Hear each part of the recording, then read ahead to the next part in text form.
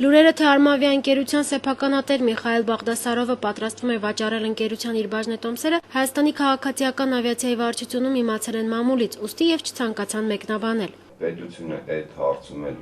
բնականաբար չի կարող կաշկանդել ոչ մի սեփականատիրոջ կամ չի կարող պարտադրել ոչ մի սեփականատիրոջ վաճառել կամ պահել իր բաժնեմասը։ Եթե այդպես բան լինի, մենք դրան հետևելու ենք։ Քաղաքացիայի ներկայացուցիչները չհերքեցին, որ Արմավիան այսօր պարտքեր է կուտակել Զվարթնոց օդանավակայանի նկատմամբ, ինչ չափի գումարը չմանրամասնեցին։ Ամեն ժամ փոխվում է թիվը,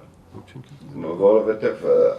այդ պարտքը ընդհանրապես ինչից է գոյանում է թռիչք վայրեջքներից, սպասարկումից օդանավերի։ Որ նման միջադեպերից առաջին հերթին տուժում են ուղևորները, ավիացիայի վարչությունում ընդունում են, սակայն միաժամանակ ասում, որ իրենք չեն կարող միջամտել պայմանագրային հիմունքով աշխատող սուբյեկտների վեճին։ Այս հարցում ոչինչ չի փոխում նաև այն հանգամանքը, որ Արմավիան այսօր ազգային հիմնական ավիափոխադրողն է։ Նույն հաջողությամբ Արմավյան ազգային փոխադրողն է, Զվարթնոցն ազգային օդանավակայանն է։ Կանոնավորության խնդիր կա այստեղ։